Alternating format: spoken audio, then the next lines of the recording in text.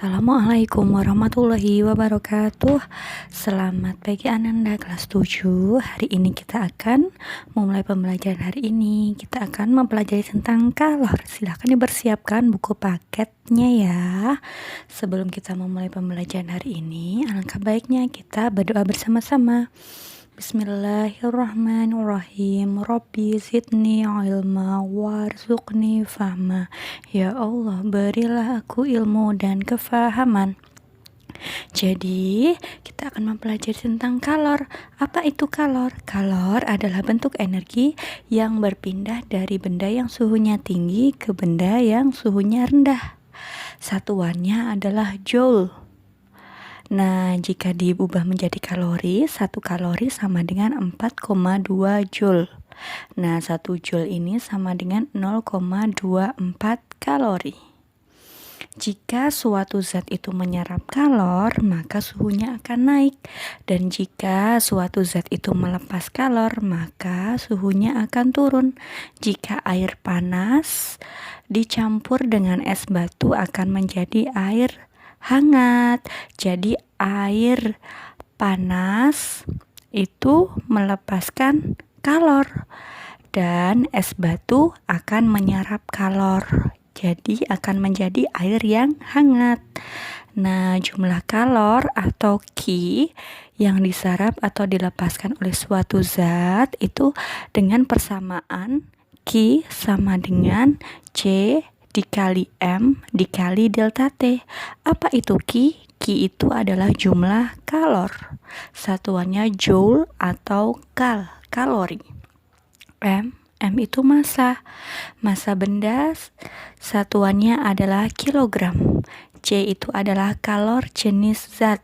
Satuannya adalah joule per kilogram derajat Celcius. Dan delta T adalah kenaikan suhu. Dan satuannya adalah Celcius atau Kelvin. Nah, kenaikan suhu ini dihitung dengan cara suhu akhir dikurangi suhu awal. Nah, ini ada contoh soalnya.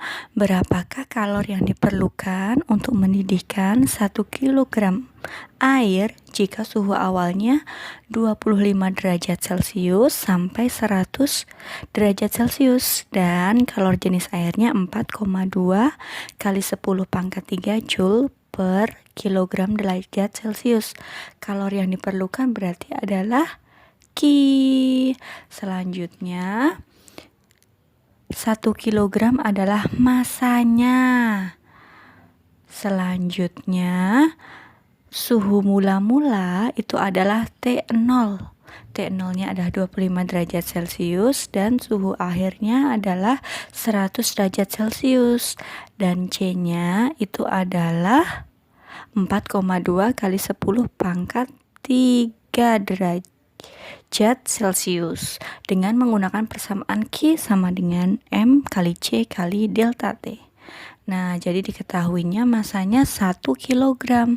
C-nya 4,2 kali 10 pangkat 3. T0-nya 25 derajat Celcius. Dan T-nya atau suhu akhirnya itu adalah 100 derajat Celcius. Berarti delta T 100 dikurangi 25 derajat Celcius. Perubahan suhunya sama dengan 75 derajat Celcius. Yang ditanyakan adalah Q. Q sama dengan M kali C kali delta T. 1 kilogram kali 4,2 kali 10 pangkat 3 dikali 75 derajat Celcius sama dengan 315 kilojoule. Jadi jumlah kalori yang diperlukan adalah 315 joule.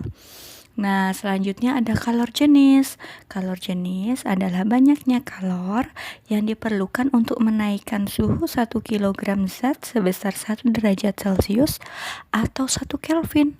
Nah, persamaannya adalah sama Q sama dengan M kali C kali delta T atau C sama dengan Q per M kali delta T.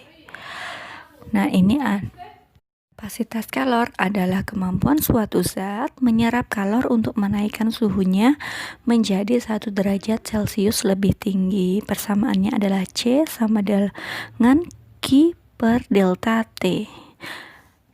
Selanjutnya ini ada perubahan kalor terhadap perubahan wujud zat. Jadi ada perubahan wujud zat dari padat, cair, dan gas. Ini ada misalnya padat menjadi gas berarti adalah menyublim, gas menjadi padat berarti mengkristal.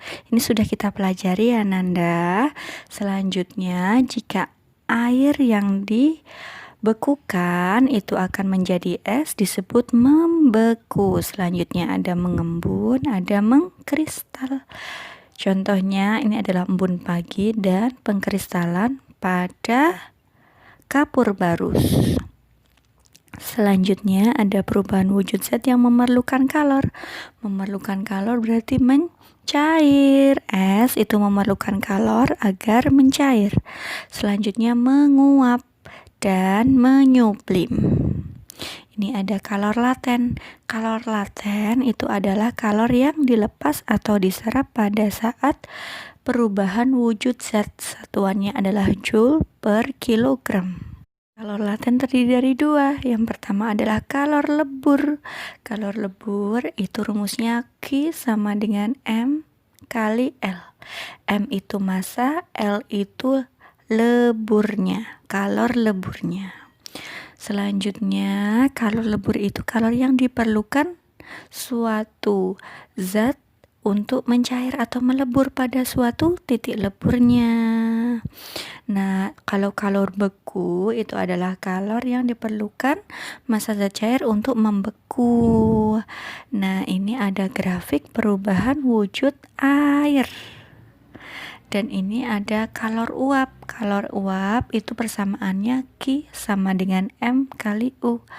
Nah, M itu adalah massa, U itu adalah kalor uap. Kalor uap, kalor yang diperlukan oleh satuan massa untuk menguap pada titik didihnya. Dan ada kalor embun. Kalor embun adalah kalor yang diperlukan untuk mengembun pada titik embunnya.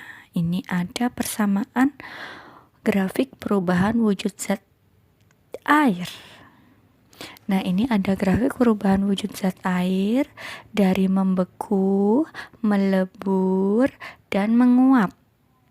Rumusnya seperti ini ya, Q sama dengan M kali C kali delta T.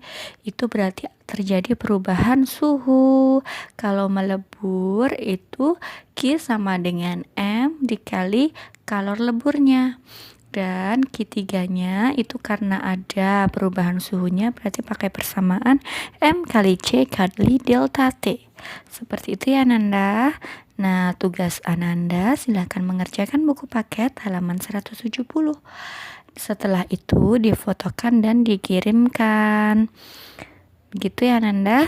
Ustazah akhiri pertemuan pada hari ini. Wassalamualaikum warahmatullahi wabarakatuh.